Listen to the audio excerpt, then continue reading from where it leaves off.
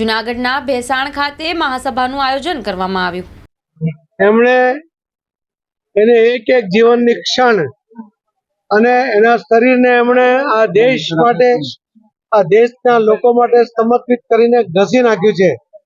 ત્યારે એમના માટે ભારત રત્ન એવોર્ડ એ જરૂર એમને મળવા પાત્ર છે। એના એ અધિકારી છે। આદરણીય પ્રધાનમંત્રી નરેન્દ્ર મોદી સાહેબે એમને ભારત રત્નનો ખિતાબ આપીને એમનું જીવન પણ ધન્ય કર્યું, પણ એમની કદર કરી છે આદરણીય પ્રધાનમંત્રી નરેન્દ્ર મોદી સાહેબ।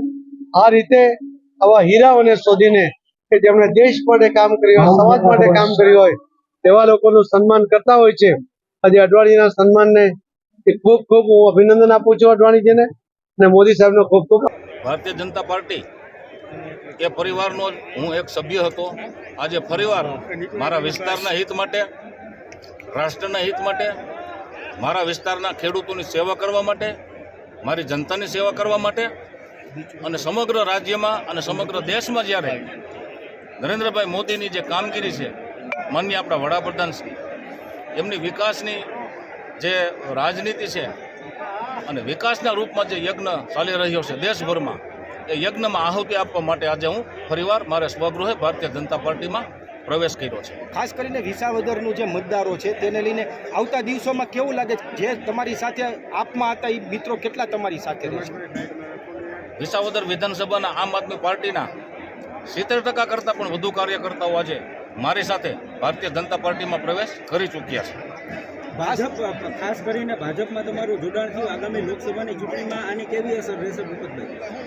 અરે વિસાવદર વિધાનસભાની સમગ્ર દેશમાં અને સમગ્ર રાજ્યમાં 26 લોકસભાની સીટ ભારતીય જનતા પાર્ટીના ઉમેદવારો જીતશે, એમાં કોઈ શંકાને સ્થાન નથી।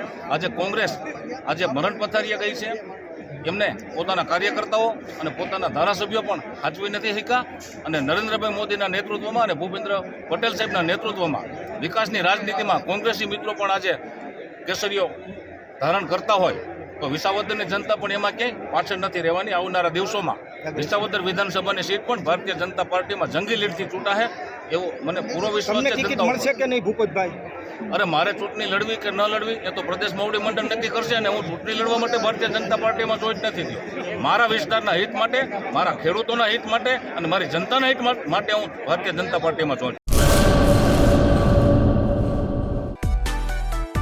માં motor driving, safe and sure driving. Driving એ શોખ સાથે આપની મોટી જવાબદારી પણ છે। અમારા ઇન્સ્ટ્રક્ટર દ્વારા સચોટ અને સરળ માર્ગદર્શન, આપની રોજની તાલીમની માહિતી મેળવીને શું અધુરાશ છે એના ઉપર પૂરું ફોકસ કરાય છે।